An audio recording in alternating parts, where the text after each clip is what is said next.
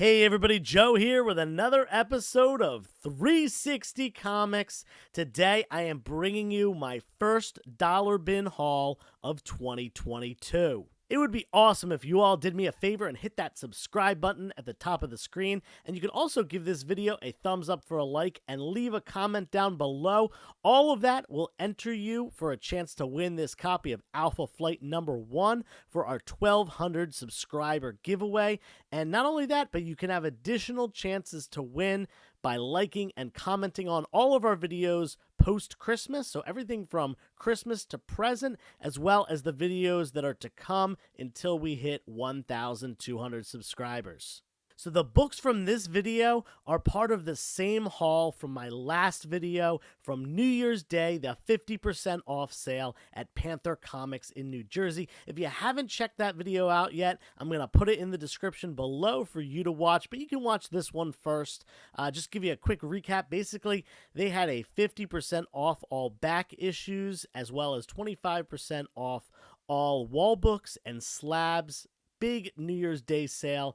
All of the comics in this video were either in the $1 or $2 bins, meaning that I either paid 50 cents or $1 for them. So let's kick it off with the 50-cent books. Don't forget to stick around to the end of the video where I'll show you the higher value things I found, as well as explaining something you should be looking for when you're buying comics. First up, we got a whole big stack of books that I got for 50 cents a piece, and it includes almost a complete run of Volume 2 of the New Teen Titans, as well as the subsequent run, The New Titans. So basically, during the later part of the 80s, they rebooted the New Teen Titans, again with Marv Wolfman and George Perez working on the books, at least initially in the run. Obviously, it started down at issue number 1, and it went all the way up to issue number 49, all of which are here. And then issue 50, they changed the name from the New Teen Titans to the New Titans. They dropped the teen out of there, I guess made it a little bit more adult. That's starting with issue 50. So this collection started with issue 2. There was no issue 1, which is understandable. That book really wouldn't be in a dollar bin. And it goes all the way, not just to 50, to where it switches names, but all the way up to 67. I believe every single issue is in there. There are not a lot of keys. Most of them are very minor keys. This is kind of the only issue that has a reasonable key. This is issue number 5, and it's the death of Trigon. We saw this happen in season 1 of Titans on HBO Max. If you're interested in that, I recommend that show. I think it's getting a lot of flack, but it's actually pretty good, especially if you can get through season 1, because season 2 definitely gets better, and season 3 is awesome in my opinion. That being said, this is a personal collection purchase. I'm going to hold on to these just as a complete run. I do have a bunch of the New Titans Beyond number 67, so I'll probably try to piece together the rest of that run. I think it went into the low hundreds, maybe like 115 or something like that, so I'll see if I can get those, and I think I already have a number 1, so that'll be perfect to smack right on top of this pile. Next up, we got a little collection of Paper Girls books, and if you're not familiar with the title, this is a Brian K. Vaughan property through Image Comics. They didn't have issue 1, which is understandable because that one's pretty expensive, but fortunately for 50 cents a piece, they had issues 2, 3, 4, 5, and 6. So all of the books in volume 1, other than issue number 1. So now I'm going to try to complete this set, find an issue number 1 out there. So I'll be on the hunt for that. Typically, I see issues 2 through 6 listed for like somewhere between $3 and $7 in comic shops. So I was definitely stoked to pick these up for 50 cents a piece. Next up, I found a little run of X-Men, just 4 issues, basically right after the Claremont run ended. I believe his last book was 279, and then of course we had 282, where and 282 and 283, where they introduced the character of Bishop. And this is kind of part of that whole story arc, starting with 284. And then we have 285, which is actually a key issue, the first appearance of Mikhail Rasputin, the brother of both Colossus and Magic. And then we've got 286, a phenomenal Jim Lee cover. We'll always pick this one up just for the cover itself. And then we got 287, which is a little bit more of a key. This is the origin of Bishop, as well as the issue where he joins the X-Men. For 50 cents a piece, these were definitely a great deal. For those of you who've been watching the channel for a bit, you know I'm working really hard on completing a Daredevil run. In fact, I got issue number 1 just about a month or so ago. And, you know, the higher numbers, it goes up to 380, and I don't have a lot of the books in the 200s or 300s, but they're very cheap and affordable books, and I found a bunch of them in the dollar bins here. This run started with 283, and it went to 297, and then there was also issue 301 and issue 337. Really the only key in here, and it's a pretty minor one, is 285 right here. This is the first appearance of Nyla Skin, but I'm very happy. This is, again, a personal collection buy that's going to stay in my Daredevil run as I try to complete that. If I have some of these already, which I might have 1 or 2 of them, I'll probably end up throwing them in one of my cheaper bins for conventions and things like that. But generally, the Daredevil stuff that I buy is sticking with me. That's it for the personal collection runs that I picked up. Now on to the individual books. We've got Spider-Man number 15 with this super awesome Eric Larson cover, not only featuring Spider-Man, but the Beast as well. I love the yellow background, and I think the characters pop really well here. Every time I see this cover, I always want to pick it up, but it's always like $5-7. So when I found it in a 50-cent bin, definitely a great time to grab it. Next, there wasn't just 1 copy of this. There were actually 3 copies of this. We got Green Lantern number 42. If you're familiar with this Green Lantern run, you may think the cover looks familiar. That's because it's very similar to issue number 39, which features the first appearance of Larfleeze. This one, I believe that's Hal Jordan as an Orange Lantern on the front. Don't quote me on that, just because I know very little about Green Lantern and have never read this run, but it's just a really cool cover that's an homage to just a few issues earlier. Next, we got a Teen Titans book right here, number 52, Tales of the Teen Titans. So this is from that first run, but after they changed the name from New Teen Titans to Tales of the Teen Titans. And this features the first full appearance of Azrael, a almost angel-like character, very similar to the character Angel in X-Men, at least visually. But yeah, just a minor key from this later part of the Teen Titans run. Next, we got a book catching a little bit of hype recently. All the 2099 properties seem to be buzzing a little bit, especially after we saw Spider-Man 2099 in the Across the Spider-Verse trailer. Now, I don't think they're going to expand that much and go into like Punisher or Hulk 2099 yet. And I think if they do it, it'll probably be in an animated series. I don't think they're going to do that as a live action thing, but I think it could be a very, very cool live action series, maybe like called Marvel 2099 or something like that. And they could really encompass all of these characters because some of them are actually really cool visually, as well as, their background. Obviously, Miguel O'Hara, Spider-Man 2099, he is the coolest one, and he's the only one that I really could see becoming a live action character. But either way, like I said, there's been some buzz around these. I've had a bunch of various 2099 number 1s at my claim sales recently, and people have been picking them up, and I think that's a little bit of speculation as far as the expansion of the Marvel Universe.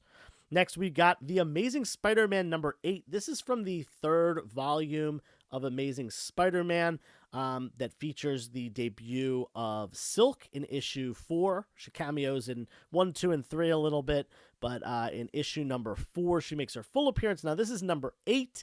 This is also a Silk key. It's the first time she appears in her classic costume, the black, white, and red, webbing costume. The originally she was just kind of shown wrapped in webs, if you've ever seen that version of the character, but she got her classic costume in this one, and that's the one she is depicted in most of the time in pretty much every other appearance that she has in comic books, at least every one that I can think of. I'm really big on the Silk character. I think that she's as a female Spider character, at least as far as the modern ones, I like her better than Spider-Gwen, and I like her better than both of the original Spider-Women's.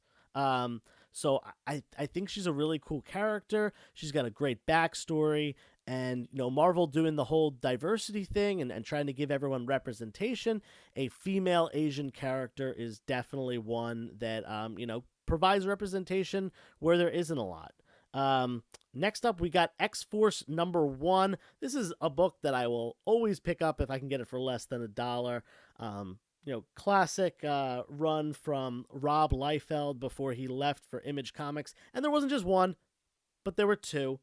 Both of them still polybagged with the Deadpool card. Like I said, if it's less than $1, I'll pick this up. I won't even really pay $1, maybe $1 sometimes if it's a nicer copy, if it's got the card with it and stuff like that. But it's like a $5 book all day. I see people buy higher grades, with the card, without the card, for about $5. So, I'll pick it up for $1 or less. We also got X-Force number 4, and there wasn't just one copy of this either. There were 2. I guess they had a bunch of X-Force stuff, 2 runs of early X-Force stuff. Now, this is the 3rd appearance of Deadpool. You know what they always say, as the first appearance goes up in price, it pulls up the second appearance, which eventually pulls up the 3rd appearance if it's a popular character. If it's a mid-level character or less, no, the 3rd appearance isn't going to be worth anything, more than $1 or $2. But for a character as popular as Deadpool, it basically took this book, which for a long time was a dollar bin book all day. Now it sells for about $5, which is really nice.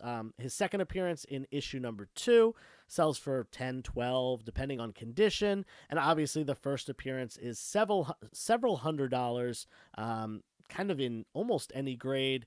You obviously don't want the lower grade for a modern book, but I know 9.6s are still a couple $100. 9.8s are closer to the $1,000 mark, and they actually went over the $1,000 mark at one point, but since have settled.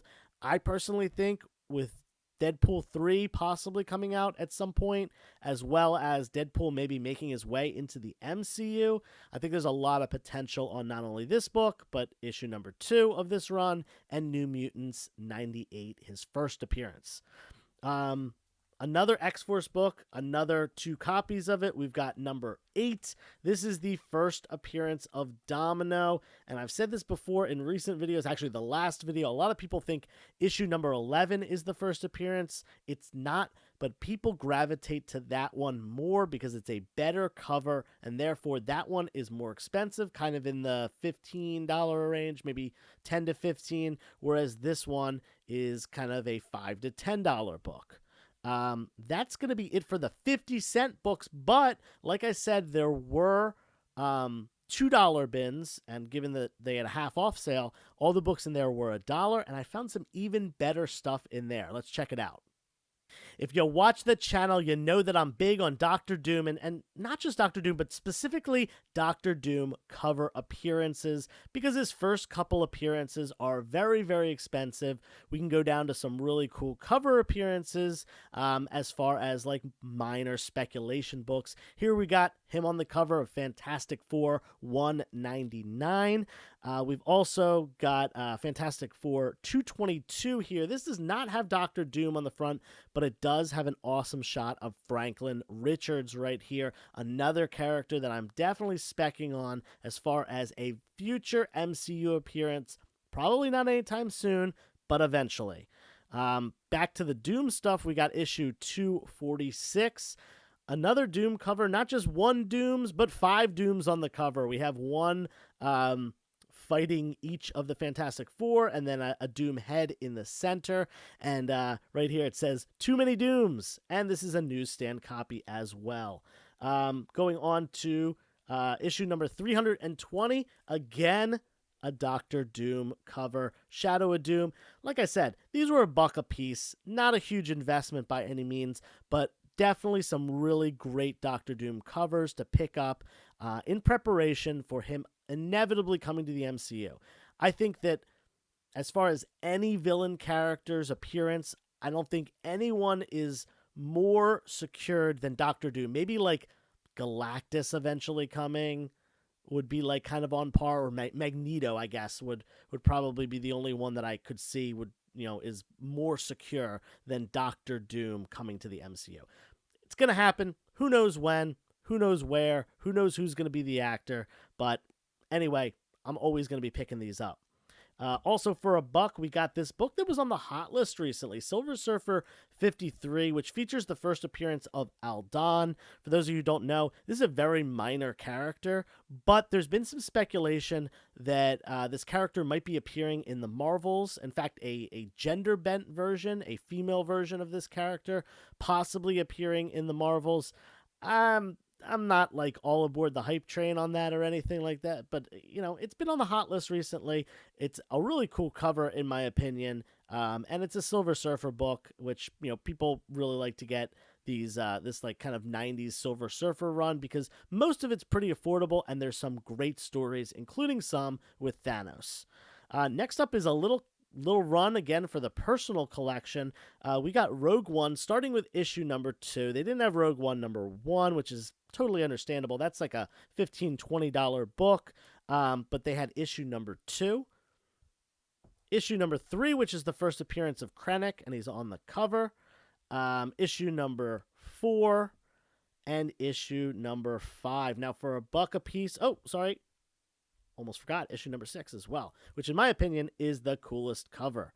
I've been trying to pick this up for a while, but I always find it's either they either have like the whole set for like a lot of money, a lot more than the individual books are worth, or like it's missing a book. Now this is missing number 1, which I'm fine with because I got these for $1 a piece. I paid $5 for these issues, and I'm pretty sure I can eventually find a number 1 in decent shape for, $10 or so. Added on to this, usually places are charging $25, $30 for the whole run. It'll cost a lot less for me to do it this way, just take a little bit more effort, and I'm fine with that. Now, I love Star Wars. I will tell you this, Rogue One is my favorite Star Wars movie since the original trilogy, and honestly, I think it's better than Return of the Jedi, and almost as good as A New Hope and Empire Strikes Back. My opinion, you don't have to agree with it, but for me it goes Empire Strikes Back, and then like Rogue One and A New Hope are like tied, honestly. Rogue One might even be a hair ahead of A New Hope, and then Return of the Jedi comes next, and then I won't go into my whole list, but that is my top 4 as far as Star Wars movies go. I love this one. Fantastic movie. Anyway, we're moving on. This book was in the beginning of the video. We got Justice League Dark number 1. There is, I believe, an HBO Max show. I think it's a show coming out. I know something is in production right now, or in the making, involving Justice League Dark. A lot of the first appearances of the characters, such as like Zatanna and Deadman, those have gone up considerably. But this is their first team appearance, and it's still a pretty good pickup. It sells for about $10, so when I found it for $1, it was definitely a great deal. And guess what? There wasn't just one. There were 2. Very happy about that. Another cool television property here. We got The Chilling Adventures of Sabrina number 1, and this goes along with the television show Chilling Adventures of Sabrina, which was a Netflix show. It's now canceled. It's very interesting because I actually just started watching it this week. I'm only 2 episodes in, but definitely something I want to explore a little bit more. I definitely like the whole, witchy concept, creepy occult kind of thing going on. I watched the original show as a kid. That one's more of a comedy. This is definitely more of a drama, and I'm definitely in adulthood more drawn to that kind of stuff than the Melissa Joan Hart comedy from the 90s. Definitely check this one out. Cool show, cool book. And I have issue number 2 right up there. Next up, we got Thunderbolts Number One. Again, a book that's about $10. By the way, same with Chilling Adventures, about $10 for that. This is the not nearly like the first run or anything, but this was just a popular run of Thunderbolts. People are specking really hard on Thunderbolts for the MCU. It seems like there's some possibility of certain, certain members of various Thunderbolts teams showing up. There's been speculation on this for a while. We haven't gotten any confirmation, any castings as far as specific characters being in movies together. But hey, it might happen. Who knows? Either way, a $10 book for $1 is a good pickup. Before I show you the most expensive book, I got one more right here. Same with that $10 range, and I'm going to come back to this book at the end. This was in a recent video of mine from a collection I bought. This is Justice League Europe number 33, and the key significance doesn't have anything to do with the story or with Justice League. It actually has to do with an insert in the middle of a Sonic the Hedgehog comic. And it wasn't his first appearance in comics, but it was a very early appearance. In fact, first appearance happened in September of 1991. This book came out in December of 1991. And a lot of people pulled the Sonic comic out of the middle. I'm going to show you at the end of this video what to look for as far as this being a complete issue, because you don't really want to buy it unless it has the Sonic stuff in there. So I'm going to take this out. But before I do, I'm going to get to the last book. I'm just going to put this aside for a second. This was a big one. It was only $1. I guess people pass this up not knowing, because most of the Ultimate Universe books are not very expensive. This one has risen significantly in popularity this past year due to the What If show, and now confirmation that we're getting a Marvel Zombies standalone show. But we got Ultimate Fantastic Four number 22, the first full appearance of the Marvel Zombies. Now, just recently, I found, I believe in a dollar box, or maybe it was like $2 or $3, number 21, which is the first cameo appearance of the Marvel Zombies. And originally I was trying to sell it, but then I decided to hold on to it, and then they announced the show, and the price went up even more, which was great. Same thing with this. It kind of went up when the Marvel Zombies episode came out of What If. Then it started tracking back down. Then it shot up again when they announced Marvel Zombies, the Disney Plus series that's eventually going to come out. It's not anytime soon, probably next year in 2023. This has got a fantastic cover. Fantastic. Get it? And it's, the first appearance of the zombies. I've seen these sell from anywhere from like $25 to like $60. So it's kind of hard to nail down a price, but this is a nice high grade copy. And in fact, I might actually get this one graded. I got to look it over a little bit more closely. But if it can at least get a 9.6, I think it's probably worth grading. 9.8s actually go for over $400 recently. 9.6s probably more in like the $180 to $200 range. I haven't really looked up prices yet, but I'm going to do a little bit more research, check out this book, and see if it's going to be worth grading. But any day for $1, this is a great buy. Let's get back to that Sonic the Hedgehog book. I'll leave this up here for you guys to look at. The Sonic book, or rather the Justice League book, like I said, it's got a Sonic insert in the middle. So what you want to look for is you just open it up, and you turn to about the middle of the comic, and you'll see this right here. We got the opening page of Sonic, and I believe his first comic appearance had this exact image as the cover. So I think this is actually the full story from his first appearance within the pages of this, maybe as like additional promotion. I'm not exactly sure. I know that that first comic that he appeared in was not like released by a major publisher. It wasn't like Marvel or DC or anything, and for that reason it was very the distribution on it was very low. The print run was low. So what I think happened was a couple months later, Sega probably wanted to hype this up a little bit more, give a little bit more, notoriety to the character and get him out there more. So they put him in some DC issues. Now, this is not the only issue that has this in there, but I haven't been able to find much information on the other ones. I know there is a Superman issue. I'm not sure the number, and I'm going to do a little bit more research on that. But definitely this one is one I'm going to be looking out for, and you gotta open it up and make sure that it's in there. Otherwise, this book really isn't worth anything. It doesn't have any key significance on its own, and it's incomplete if it doesn't have that pull-out story in there. So always check for that. These are going to be in dollar bins for sure, because I don't think a lot of people know about that significance, and Sonic stuff has gone up in value over the last year due to the movie, actually last 2 years. Anyway, guys, thank you for checking out this video. I love this dollar bin and 50-cent bin stuff. Overall, I think this was a great purchase, and if you think so too, leave me a comment below. Let me know how you think I did. Don't forget to hit the thumbs up as well and enter for a chance to win Alpha Flight number 1. Also, I'm going to be announcing next week a 6,000 follower giveaway on Instagram. So if you don't follow the Instagram yet, definitely go do so. And until next time, turn the page, wash your hands.